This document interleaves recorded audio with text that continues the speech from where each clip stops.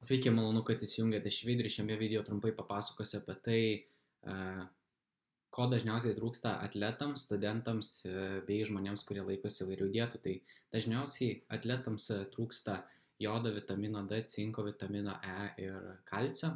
Studentams trūksta cinko, magnio, vitamino D, omega 3 ir baltymų.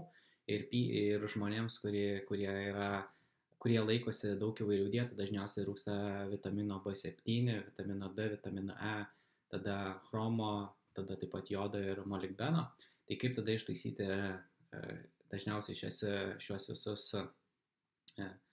trūkumus, tai į savo mytybos racioną reikėtų įtraukti vitaminų ir mineralų papildus.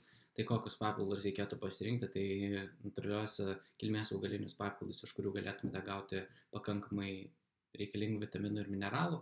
Ir taip tada be didelių pokyčių mytyboje jūs galėsite pagerinti savo savijautą. Tada vėlgi savo mytybos racioną įtraukti daugiau pieno produktų, tokių pavyzdžiui kaip varškė, jogurtai, sūriai. Ir taip praturtinsite savo mytybos racioną tiek baltymais ir kalciu. Ir tada dar taip pat į savo mytybos racioną galite įtraukti riešutų. Tai daugiausiai traukite kokių graikiškų, migdolų, braziliškų ar nagarčių riešutų. Iš šių riešutų gausite būtent tų sveikų riebalų vitamino E. Ir taip pat, ką dar galėtumėte padaryti, tai jeigu galite, tai daugiau laiko turėtumėte praleisti griname ore ir saulė, kad vėlgi papildomėte vitamino D kiekių savo organizme.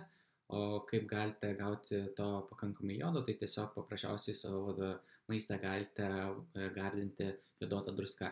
Ir tai būtent labai lengvai ir paprastai galite pagerinti savo sveikatą, savo atsistatymą, produktyvumą tam, kad tiesiog galėtumėte gyventi gerą gyvenimą. O jeigu jums reikia kažkokios kitos papildomos pagalbos, tai drąsiai man galite rašyti asmeninį žinutę, pasižiūrėsime jūsų individualią situaciją ir taip pasitengsime kuo greičiau išspręsti iškilusias problemas tam, kad pasiektumėte savo įsikeltus tikslus žymiai greičiau. Tai ačiū, kad išklausėte šį video, tikiuosi video buvo naudingas ir tada pasimatysime kitą kartą, mėlyjei. Iki greito.